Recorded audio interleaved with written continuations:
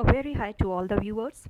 Now this is an editorial from The Hindu dated 26 July 2022. Backsliding on climate action. Western nations have started reinterpreting the Paris deal and look to downgrade their commitments. Friends, this is a very important article. They have served a cooked recipe, and all we need to do is to develop an appetite to digest the gist and frame a question for our upcoming mains examination. Now let's get started. The first thing that we need to do, that this topic is from GS paper 3, conservation, environmental pollution and degradation. Now we would read and understand this article under the framework of these questions. We would prepare the answers of the questions according to our examination's point of view. So what are the questions? How does the term global net zero mean according to Paris Agreement? Geopolitics of Russia gas pipeline and energy crisis. How Europe and US would uphold their climate policies during their ongoing energy crisis. So let's get started. Now here the writer has urged the global leaders to uphold their commitments in 2030 Paris Agreement in the background of ongoing European energy crisis that have arisen from the ongoing Ukraine-Russia war. Here the writer has very meticulously and precisely outlined the geopolitics in the region of Europe. So first of all I will read to you and then would explain in a brief way. Countries in Europe led by Germany, Austria and Netherlands are cracking up their coal plants again. Coal exports to Europe are surging. Fossil fuels are making comeback and countries are rejecting the European Union plan to reduce natural gas consumption by 15%. Dutch, Polish and other European farmers are protesting against emission cuts from agriculture. Renewables are nowhere near meeting the rising power demand in summer or winter with high record of temperature. Hasty and inconceived European Union climate policies are coming home to roost. While the current problems are becoming blamed on the Ukraine conflict, and more specifically Russia, they actually started when power prices began surging well before anything happened in Ukraine. Europe is starting at a recession and its appetite for climate action waning. So friends, these are the challenges for the global leaders to meet out and to uphold their commitments for Paris Agreement. As we all know that Russia supplies natural gas through Nord Stream pipeline from St. Petersburg in Moscow, passing through Baltic Sea towards the Germany coast, and here from Germany coast it is distributed across all European countries, which is approximately 100 billion cubic meter in a year. Now around mid of June, and there are other pipelines called Yamal pipeline, which there is another pipeline called Yamal pipeline which feeds to Italy, the Turk pipeline which feeds to Greece, the Brotherhood pipeline passing through the Black Sea feeds to Turkey as well. Now around mid of June, Russia has cut down the supplies to Europe, basically Germany, France, Netherlands, Poland, Bulgaria, Denmark, Finland, Czech Republic, etc. Now Europe is heading towards energy crisis. But however, Russia has got its alternative market available in the north-south transport corridor ready. Now we know that the winter is at the doorstep, so the Europe is going to freeze. And there would be energy crisis which have started taking place, which lead to further economic crisis, because we know that in order to run the economy we need energy, power, electricity. And for core manufacturing industry, which are usually the backbone of economy, and now they are already facing high cost input. Now Europe is planning to store these natural gas, as we have seen in the article, or they would search for another alternative market, which is primarily the Middle East countries or the Norway. Now here is the high alert for the Norway, not to tarnish its image of being eco-friendly or go green. In the article we have read that Germany has gone cranky to kickstart their coal power plant. So we have seen that in tough times it is essential to take tough measures. So European Green Deal and their policy for renewable energy are all going to be sidelined. So European energy crisis are going to enforce them to light their coal furnaces. Now let's understand a dirty game that has been played by US and Europe. What they are doing, they are trying to hit the Russian economy through its puppet Ukraine by supplying arms, weapons, and putting sanctions on Russia in the name of peace and justice. So that's how they are targeting to hit the Russian economy. So, in a nutshell, with the advent of winter, the whole of Europe is going to freeze and they are going to have energy demand as compared to other months, thereby leading to energy crisis followed by economic crisis, which will lead to political instability, as we have seen that if there is any kind of crisis that leads to regime change, as we have recently seen in Sri Lanka. And recently, on 7th of July, Boris has resigned. After that, Italian leader Mario Draghi has also resigned. So, within a span of 1 week, two leaders of European countries have resigned. The main reason of their resignation is their high cost of living in their country. Nevertheless, not only many developing countries are facing unrest due to skyrocketing energy prices, but in the US too, prices of fuels have started increasing. The US has witnessed a recalibration of US policy towards Gulf countries. Recently, we have seen that the visit of US President Joe Biden to Saudi Arabia. The purpose of this visit was mainly to securitize its energy demand. So, the US choice is between concentrating on its economy and getting it on the track for its people or fighting hard against climate change. And next is Prime Minister Narendra Modi, who made ambitious pledges on climate change last year in Glasgow at the Conference of Parties. So, this is important for India. Let's have a quick look on the commitments that our Prime Minister Mr. Narendra Modi has made in the Conference of Party at Glasgow last year in November. So this is going to be important for our mains exam, as recently it has been into the news. The Prime Minister said, "I would like to present 5 nectar elements Panchamrit to deal with this challenge. India will take its non-fossil energy capacity to 500 gigawatt by 2030. Second, India will meet 50% of its energy requirements from renewable energy by 2030. Third, India will reduce the total projected carbon emissions by 1 billion tons from now till 2030. Fourth, by 2030, India will reduce the carbon intensity of its economy by more than 45%. And fifth, by the year 2070, India will achieve the target of net zero. These Panchamrit will be an unprecedented contribution of India to climate action." Next is the developed world almost sure to wrench on their 2030 Paris Agreement commitments. Countries of the developing world must do everything to hold the countries of the developed world to maintain their commitments and not to get unwittingly drawn into their games. Now, what is Paris Agreement? After Copenhagen Summit of Climate Conference in 2009, scientists of the world realized that we need to remove greenhouse gases from the atmosphere. So this is a charter of United Nations. Let's see what is Paris Agreement has to say. Then we would have a brief outlook in detail. Currently, the Earth is already about 1.1 degrees centigrade warmer than it was in 1800.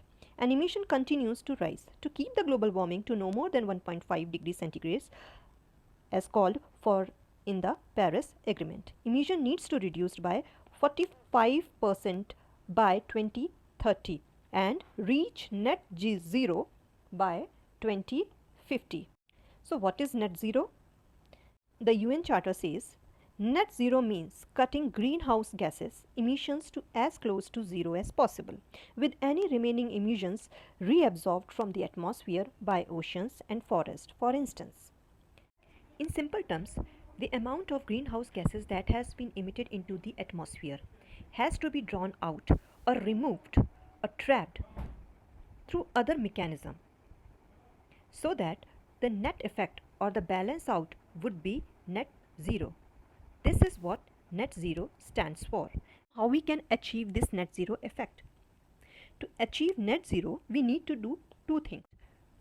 To cut our output from burning greenhouse gases like things fossil fuels.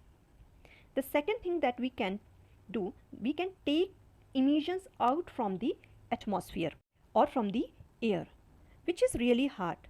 And this is the reason that this net zero is hard to achieve, because industries across the world are emitting billions of tons of CO2 to the atmosphere, and to suck the same amount from the atmosphere and to trap them under the ground is very tough. Now forests have the ability to do it naturally. That's how they are called as natural sink. So it is always advisable that we should go for much more afforestation and improving the quality of soil so that they can trap this CO2 from the atmosphere. But however, there are some man-made process to do the same through technology, and there are few cement industries across the world that have already adopted this technology and have already implementing into their project to suck the CO2 naturally and to trap them and to reuse them in their cement processing. So there is a flurry of innovation in negative emission technology, but still they are not up to the scale. That's how it is getting very problematic. So we need to have massive emission cut as well as massive increase in the technology so that we could improve this negative emission technology. So the need of the hour is that we can for the time being slow down our emission rate until the technologies get improvised. They could take over, they could make the technology much more cheaper and make the negative emission possible for humans to trap the CO2 and make the earth a kind of livable for the humans. Let's understand an important detail, although this has nothing to do with the exam, but for the sake of making you understand this whole of the article, I am explaining it. The second para, first of all, I will read it to you. The next para says, and Article 4 of the Paris Agreement defines global peaking. In order to achieve long-term temperature goals set out in Article 2, parties aim to reach global peaking of greenhouse gas emission as soon as possible, recognizing that the peaking will take longer for developing country parties. Next is the developed countries, given their historical emission, will have to peak first. The Article 4 states, and this is important, that Paris Agreement, and I will explain it in a much greater detail later on, the Paris Agreement that we consider net zero, we should also consider global net zero and not individual net zero for 2050. Second, it further states that it becomes clear that a global net zero where developing countries take longer to reach net zero can only be achieved if developed countries reach net zero earlier than 2050. Therefore, developed countries must reach net zero well before 2050 in order to achieve overall global net target around mid-centuries. The statement therefore calls on a developed country to do a net negative on mitigation by 2050 rather. Now, let's understand this is a race of tortoise and a rabbit. Tortoise being a developing country and rabbit being a developed country. Now, the final goal is to achieve net zero. For developing countries, year have changed. They have claimed, for example, India have recently said that they would achieve by 2017, whereas China have claimed that they would achieve by 2060. So this landmark destination of net zero are different for different countries, as this has been mentioned here in that for developing countries it is going to be late, and for developed country they have to start at the beginning. But if we have to achieve global net zero well before 2050, so this time lag has to be dragged back, which is to be compensated if developed countries they achieve net zero well before here. So this time lag would be in turn compensated here. So if the developed country achieve net zero well before 2050, suppose 2040 or 2030 net zero.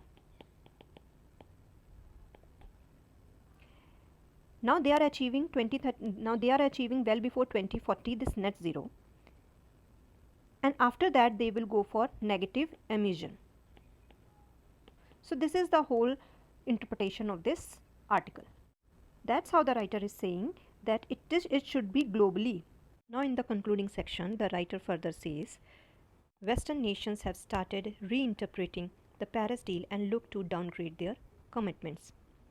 Now, with due respect to our ambassador of India to United Nations, I have worked upon few points and brought out this conclusion in a much more optimistic and a positive manner, so that it would be very helpful for all of you to pen down in essay session and in answer writing for mains exam. You can note down these points and include in your examination so that you can fetch good marks.